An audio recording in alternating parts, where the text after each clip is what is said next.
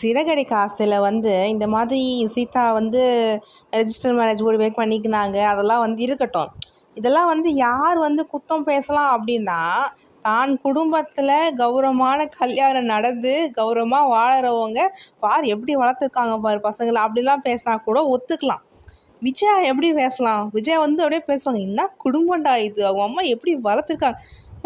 ஏமா உன் புள்ள ஒருத்தன் லவ் பண்ணுற பொண்ணு தான் முக்கியம்ன்ட்டு காசு, அதாவது நான் 1000 2000 லட்சக்கணக்கில் எடுத்து ஓடினா அவன் மற்றவங்க சொல்ல மாட்டாங்களா உங்கள் வளர்ப்பை பாரு அப்படின்ட்டு. அது மாதிரி இன்னொரு பிள்ளையும் ஓடி போய் கல்யாணம் பண்ணிக்கலாம்.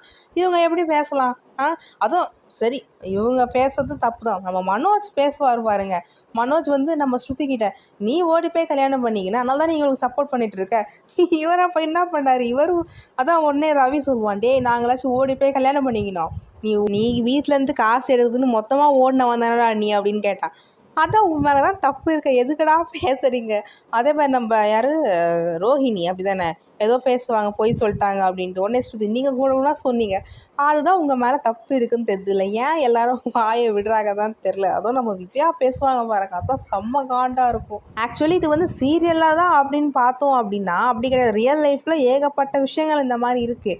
நம்மளை யாராவது குத்தம் சொல்கிறாங்க இல்லை ஏதாச்சும் ஒன்று பேசுகிறாங்க அப்படின்னா அவங்க வந்து ஃபஸ்ட்டு கரெக்டாக இருந்திருக்கவே மாட்டாங்க. அவங்க பிள்ளைங்களை ஒழுங்காக வளர்த்துக்க மாட்டாங்க. நம்மளை வந்து குத்தம் சொல்ல வந்துருவாங்க. அதே மாதிரி ஃபஸ்ட்டுலாம் சீரியல் குழந்தையா இருக்கும்போது சீரியல் பார்க்கும் போதெல்லாம் வீட்லேயே வந்து வில்லன்கள் இருப்பாங்க பார்த்தீங்களா? ஒரே வீட்டில் தான் இருப்பாங்க, அங்கங்கே ஒன்று முறைச்சிக்கின்னு வில்லி மாதிரி இருப்பாங்க. இப்போ தான் புரியுது, வளர்ந்ததுக்கு அப்புறம் தான் புரியுது, வீட்லேயே தான் நமக்கு வில்லன்கள் இருக்காங்க. அதை வந்து கரெக்டாக நாடகத்தில் வந்து வச்சுருக்கா. ஸோ என்ன நடக்குதோ அதை தான் நாடகத்தில் மூவிஸ்லலாம் வந்து வருது என்னை பொறுத்த வரைக்கும்.